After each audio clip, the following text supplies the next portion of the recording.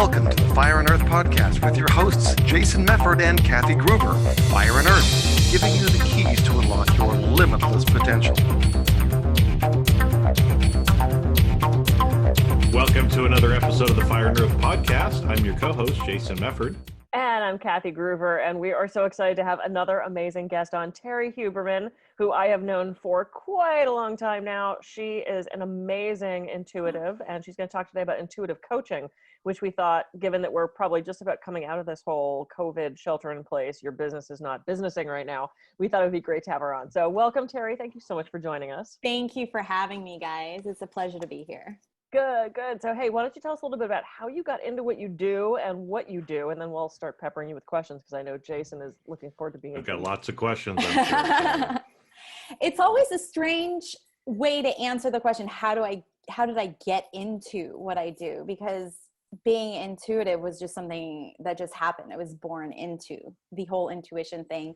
It runs on my mom's side of the family. So my mom, my two sisters, and my nephew are also highly gifted with sensitivities to energies and, psychic tunements, all the stuff. So I didn't really get into this. I was born into this. Yeah. Cool. That's awesome. So I found you at the Magic Cat. Well, I didn't find you, but I mean, we met. No, you found me. I found you at the Magic Castle for Yes. New Year's. You were a phenomenal tarot card reader, and you read me and a girlfriend, and you read us that we were both sitting together. So we were kind of the BS I for the other one. Like, I knew what you were saying was right, and she knew what you were saying was right to me, because as I love reading tarot cards, I love all this stuff, but I have a very sensitive BS meter. So I kind of have to test people out before I buy that they're actually, of course. Yeah. And your card readings were so ridiculously accurate for both of us that we walked away going, she was amazing. Oh, thank you. And then you did a couple of compatibility readings for me and a couple other just like mini readings. I've not worked with you as an intuitive business coach. So how does that fit in, and what do you do with that? Well, I mean, it's all energy. That's all everything is. I mean, the tarot cards that I use, any type of psychometry where I hold objects, those are just tools. So I don't actually need those, because I'm able to tap into your electromagnetic field. So every human being is an electrical, not socket, I would say, but we're like batteries that are walking around. So we emit energy. And so all energy are light waves, right? And on each wave is just data and information. That's it. Information from your past, your present, and potentials and possibilities for your future. But of course, that's always based on your current reality and the choices that you make. So all I'm able to do is sort of lull the conscious part of myself and tap into your energetic frequencies and just take the data off of those waves and just go, oh, okay. I mean, that's it in a nutshell. I don't know how funny that is, but it's a nutshell. No, it's great. It's great. It sounds so easy for somebody who's born into it, and the rest of us are like, how do we do this? Okay, that's very Right? fair. That's very fair. But everybody is born with that talent, ability, and skill. You just got to develop it. Even I had to develop it myself. So it's a muscle. The more you use it, the better you're going to get at it. The stronger you'll get. That's all. Well, it's interesting because you brought up, about kind of, blocking your consciousness out so you can kind of see the energy.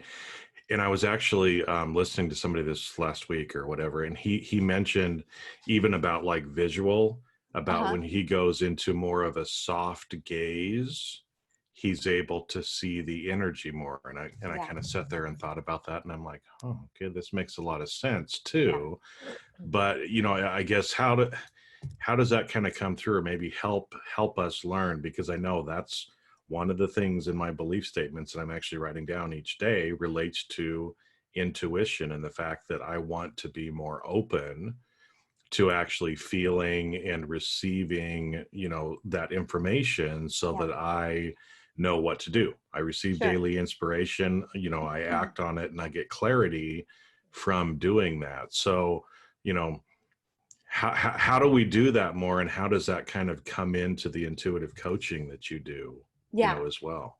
that's a fabulous question. So the first thing you have to do is take yourself out of the equation. Okay. Right? So the best way to do that is to get out of your head. Most of us are very heady, very cerebral, always planning, strategizing. How do we do this? And that's just because it's just, as a human being, we always want to feel safe and secure. So we're always just going to try and create situations, scenarios, so that we're always safe and secure. So when you're tapping into your tuition, you're giving up that part of yourself, which can be really scary, right? Because all of a sudden you're like, I have no Especially for people that control. were taught to be analytical. Exactly. And Right. most Then of what's us, your identity yeah, if you don't have it's that consciousness? exactly. So the first thing that you got to do is you got to, I don't want to say get rid of your identity, because your identity is always there. You always have your free will. You're always in control, but you have to sort of, what I say, and like I'll do like a sort of like an intention or a prayer before I read for anybody or everybody, even if I'm doing like a collective on stage or whatnot. I always say, allow me to step beside myself.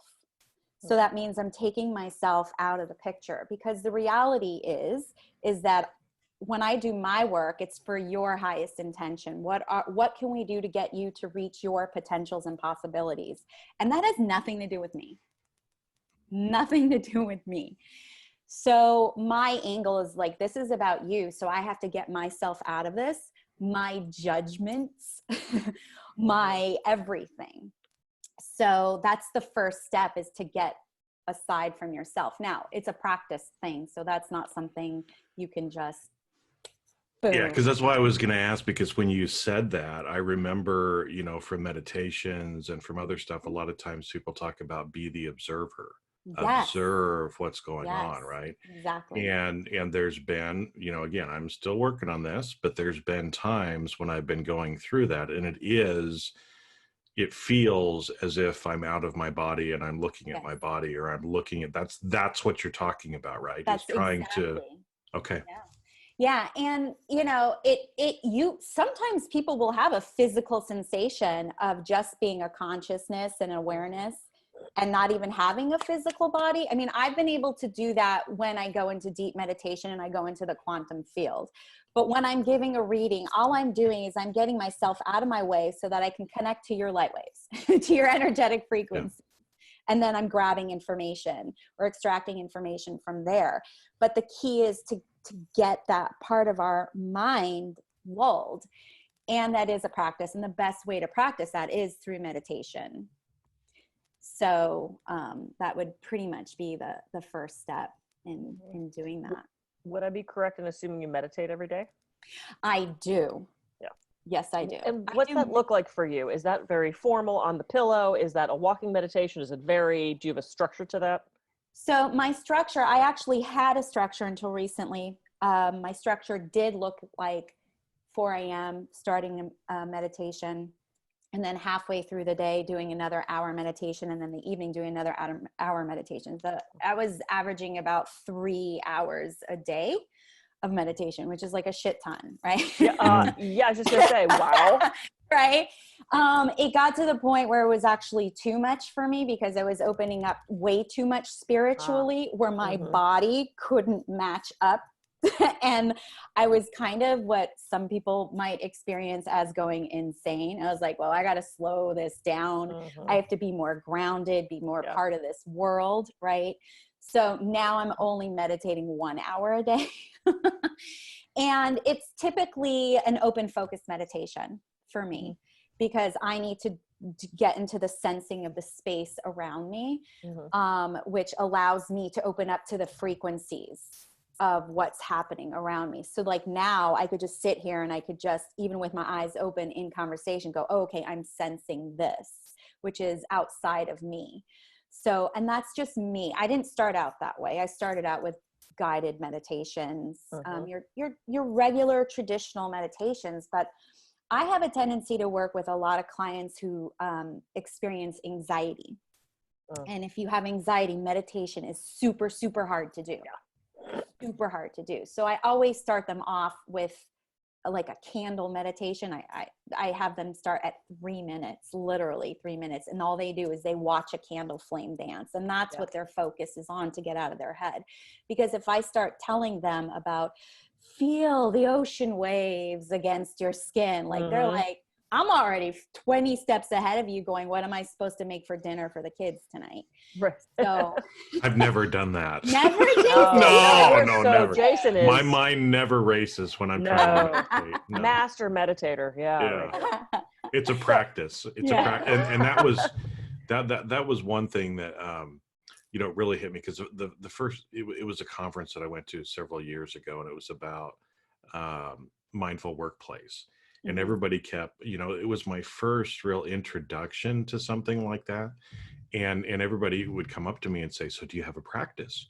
Do you have a practice? Do you have a practice? And I'm like, what the hell are you talking about? I have a business. Yeah, it's a practice, right? And then it's like, and then it finally hit me, a day or so into it, about what they're talking about, and that all these things that we're talking about, it's about practice. Yeah.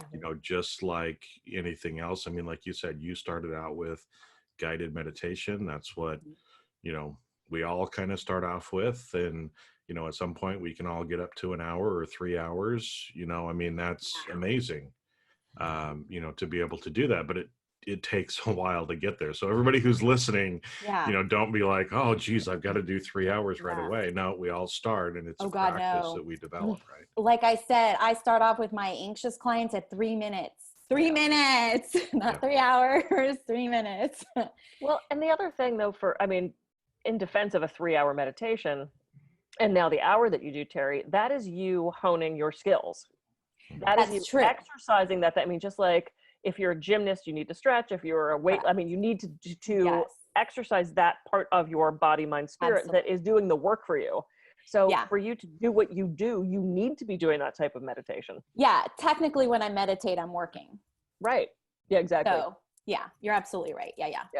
So I have a question for you, going back to the shutting off certain things and allowing certain things to happen. So I have watched so many doctors, when they palpate you, they close their eyes or they kind of look off, because they want to only feel what they're feeling. They don't want to see, they don't want to. So in the same way that you're doing that with yours, you're kind of setting yourself aside, you're reading those energy fields.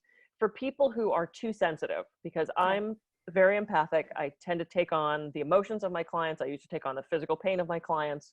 That was not fun. And I learned to manage that. Reiki really helped. I have had so many people say to me, I'm an empath and I can't shut this out.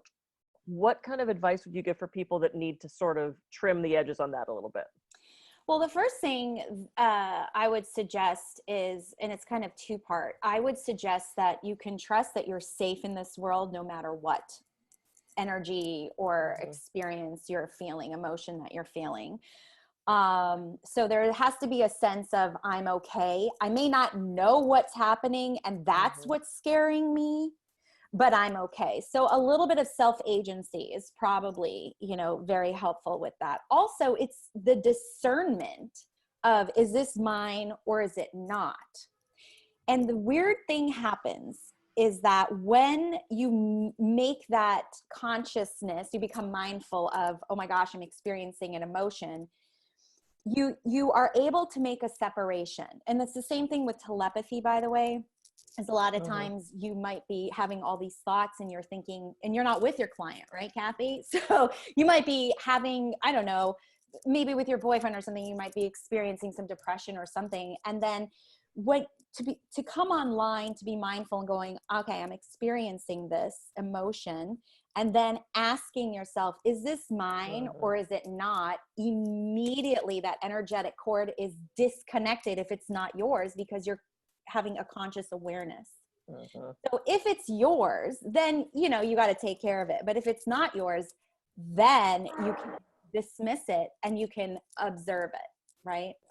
But even before doing that, you should do some sort of filter or some sort of protection, or it's what it is boundary setting. It's just not tangible. So it's not like I can put up a gate in front of you. Like right now, social distancing, totally, boundarizing, right? Yeah. But I love that word. Boundarizing. It's official. You can use it anytime. Perfect. Let's do it.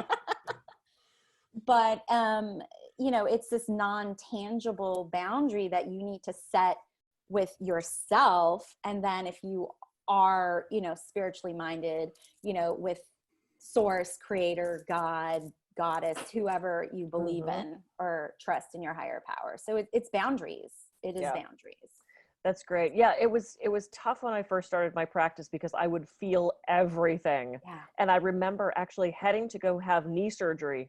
And I was in the car, my ex-husband, then husband was driving, and all of a sudden I felt this wave of anxiety, and I'm thinking, I'm totally relaxed about my surgery. What the hell's that about? And then I look over at him and he's like, oh, we're gonna be fine. I mean, I was feeling his anxiety, and I finally turned him and I went, you need to calm the fuck down. Yeah. Because you're freaking me out. You know, it's like, I realized it wasn't mine. It was, I could feel his anxiety. And people who I'm close to, even that I haven't seen in years, every once in a while I'll go, wonder how Steve is. Oh, I wonder how my friend Tina is. Because I feel that. Yeah, and that's more telepathy, by the way. Yeah, that's more telepathic.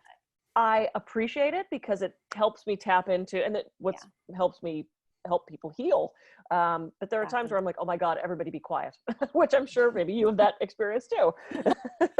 You know, well, it sounds like that was part of the 3 hours to the 1 hour too. Probably, well, right? Yes. When I first, so the other talent that I have is I'm able to connect with people who are no longer living. So I have spirits that come to me, and that developed later in my life. I was closer to my 40s. It got to a point where spirits were coming to me all the time. Hey, tell this person this, tell this. And I was like, I'm a human being that has to do human things. So for me, my boundary had to become very physical and tangible. So what I would do is I would wear a ring that I designated. Anytime I was wearing this ring, spirit, you're not allowed to come. And no, I was like making myself a professor having office hours. So when I would take off the ring, come on down. Office hours. Yeah, that's really great. That's a boundary. That's a boundary. So that was something I had to create and learn, you know? Yeah. Sometimes it is just an experiment because you don't like pick up the yellow pages and find an empath coach person to help you through that often. I'm glad I found you. Yeah. So how does this tap into business? How does this tap into helping people grow their businesses, hone their businesses? Yeah. Well, what happens a lot of the times is people get scared when an opportunity comes up, and so they can actually talk themselves out of the opportunity, right? So that means you're being in your head about it, right? So it's a matter of learning and discerning, connecting to your body so that your body can speak first for you. So in other words, you may have this really great feeling about an opportunity or a client maybe that you want to take on, but your head is like, well, no, because last time this happened, and you talk yourself out of it. Whereas your body is saying like, this feels right, but you're coming from your head going, So I really feel that if you're not using your intuition, you're not only getting away from your purpose, but you are not capitalizing and optimizing your business, your sales, or whatever it is. So you'd be surprised what you will talk yourself into and talk yourself out of, but that's this. Oh, I'm not surprised at all. Yeah. Well, okay, you're not, but that's why I'm trying to work on this, right? Yeah, but a lot of people don't care or they don't understand, you know, and then they go back and they reassess and they're like, why didn't I do that? I mean, it felt right. Well, that's because you didn't go with your feeling. You went with your thought.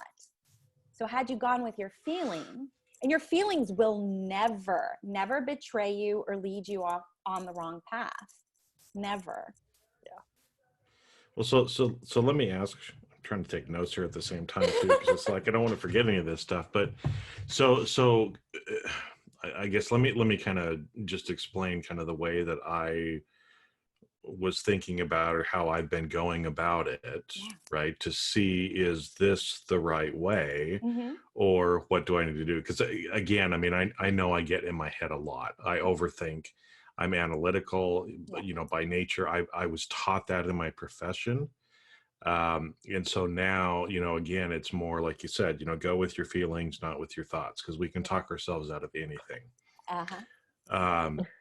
So, again, I mean, I'm saying these belief statements to myself each day that I'm receiving inspiration, I'm acting on it, Mm-hmm. and then I'm getting clarity. Because that's kind of what I've been taught too, is when the inspiration comes, you can sit there and think about it, but we don't know if it's right until you actually do something and the clarity comes afterwards, right? So again, it might be all of a sudden some client or prospect that I haven't thought of for a while pops into my head. Mm-hmm. Or I had a dream about somebody and it was some random thing. And it's like, why the hell was I thinking about that or whatever, right? But if I take some action, because again, I'm not going to understand what that means until I do something. But if I actually get up in the morning and go, hey, you know what? I thought about Joe. Get on LinkedIn. Joe, how you doing, man? Send him a message. That's the feelings and the doing. And I don't know what it means. I mean, to me too, as I've tried to go through this process, I don't understand why. And some of the stuff I may never understand why, but the more I act when I get the inspiration, that's the practice, right? That you're kind of talking about. And Yeah. I may never know what it is, but the more I actually take action on the inspiration, the more I'm going to see, and I'm strengthening that, right? Yeah. And that is the key to manifestation and creation of your reality right there and then. Taking an action because of an inspiration or a hit or an inkling is the how you want to get to your goal, right? So you design a goal, let's just say, right?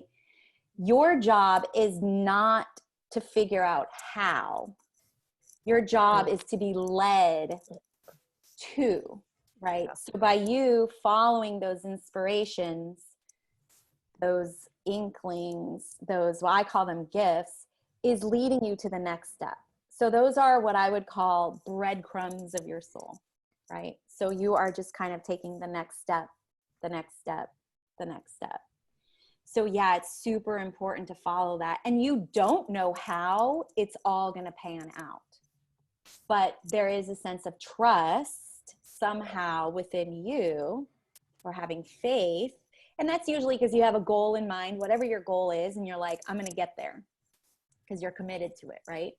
It's not your job to worry about the how. Your job is to design it. Your job is to be really specific about what your needs are. But, if Joe is part of this, formula of your ultimate goal, then Joe is going to be a step, a breadcrumb that is dropped and you are picking it up. So a lot of times in business, people will immobilize because they're so focused on the end goal that they get overwhelmed instead of taking things into bite-sized pieces and allowing themselves to be led. You can use your intuition really well for those bite-sized pieces, and they will take you to the next step, to the next step, to the next step. And I'm sorry, Kathy, go ahead. No, go ahead. No, go ahead. Go. I was going to say, when you look too big, you get too heady. But if you go smaller, you get more into, your heart. And your heart, the energy frequency, when you're in coherency with the heart, is what actually brings in what your thoughts put out energetically. Yeah. Well, and I was going to say two different things. One of which is, you're in LA, Terrie. You're near LA. I lived in LA for ages. We used to consult the Thomas Guide. And remember the book? Anybody that's under 30 is like, what the hell's a Thomas Guide? Go to 35A. I hated that thing, because you'd get to the end of the page, you're like, what the God damn it. You couldn't do it in the car. There was no way. You had to plan it out ahead of time. Yeah. But it was this very sequential. It's like, go to this page, go to this page. And if you went to the very end, it didn't show you the steps to get there. Yeah. Now we have Waze. We type it in, and we don't analyze Waze every second of the way. We just trust that it's taking us to where we wanted to go. Exactly. And I love that you said trust. Trust, when I started doing Reiki, I used to get these weird, I didn't know what it was. I'd get these weird, feelings to say something to the person on the table. And I remember thinking, oh my God, they're going to think I'm a crazy person. Why would I ask them that question?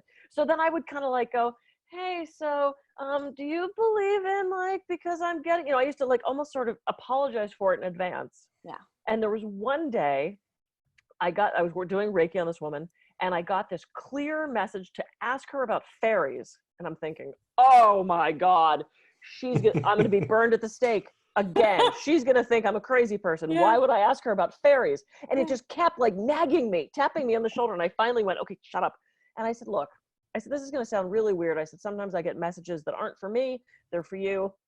I don't know if this makes any sense to you. Is there some sort of connection with you and fairies? And she took this deep inhale and exhale, and she said, oh my God. She goes, I grew up back east. And I said, oh, I did too. She said, my grandmother and I used to sit on the porch at night and we would watch the fireflies, and she told me they were fairies. Thank you so much for saying that. That is just the most beautiful memory. And I'm like, holy shit. I mean, so I started to realize, like, I'm not going to be given these things if they are wrong. Correct.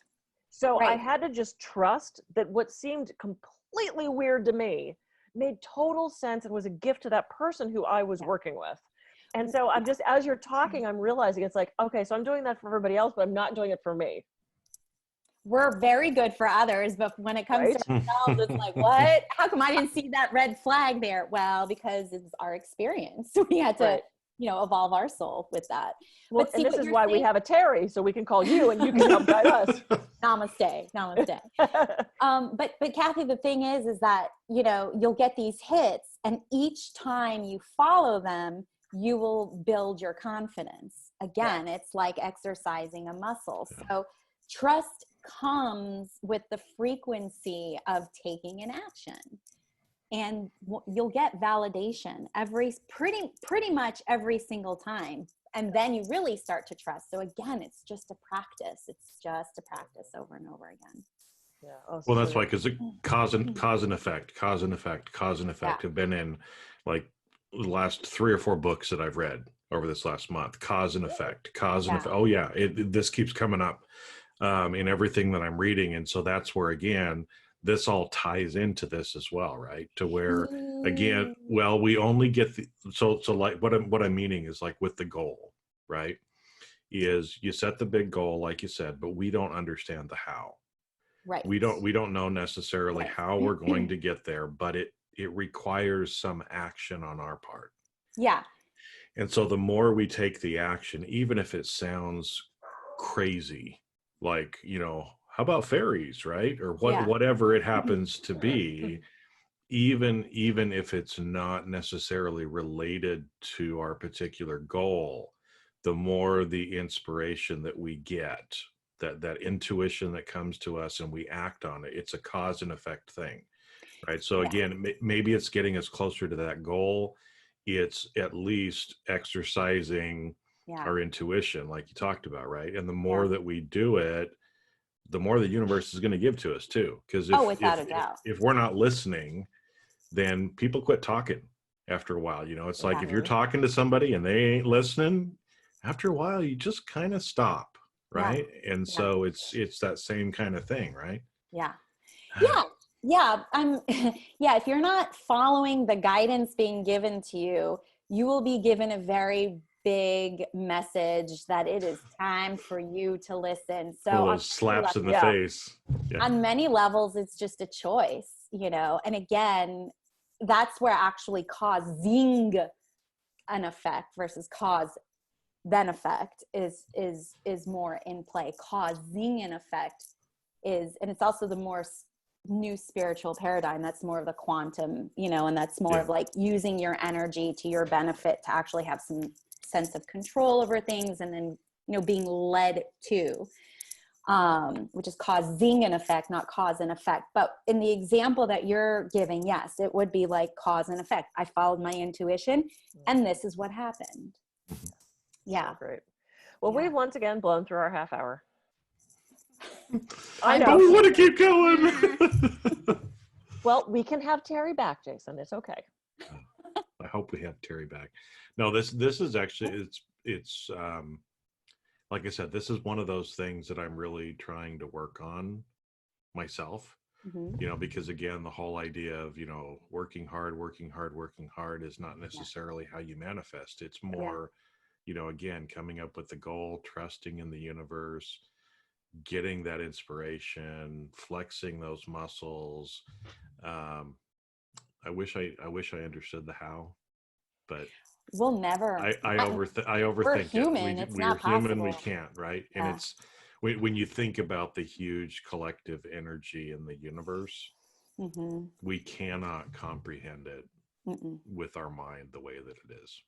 Nope. I mean, With our mind, right? with Oh, our spirit soul dropping can, hints but for the next episode. but it's hard to put those things in words too, right? I mean, Yeah. that's why a lot of times people that have very spiritual experience, they don't even have the words to express what they just felt or experienced. Yeah, absolutely. Awesome. All right, Terrie. So how can everybody reach you? I know you're doing on Instagram, you were doing your weekly energy reading. Are you still doing that? Yeah, so I do a weekend and weekday energy reading. I also have a website, terriehuberman.com. So you could either book a reading or you could do more long-term coaching where we can really get into this and help you reach all your goals and discover blind spots. That's the biggest thing, because we think we know what our problems are and then boom, surprise. So that would be terriehuberman.com. So I have an intuitive coaching package page that you can check out. And then you could also book individual one-on-one private readings. And I do parties, all the things. Yeah. And I swear, I mean, your readings are so incredible. The compatibility readings, I've had you do 2 compatibility readings for me. Yeah. They were so ridiculously right on. Oh, good. And one relationship I'm still in and one I'm not. Okay. And the one I'm not, I can now look back and go, oh yeah, she called that one. Oh, I'm sorry. No, it's great. Blind spot. Yes. Yeah, so it's amazing. Anyway, okay, this has been another great episode. I'm Kathy Gruver. I can be reached at kathygruver.com.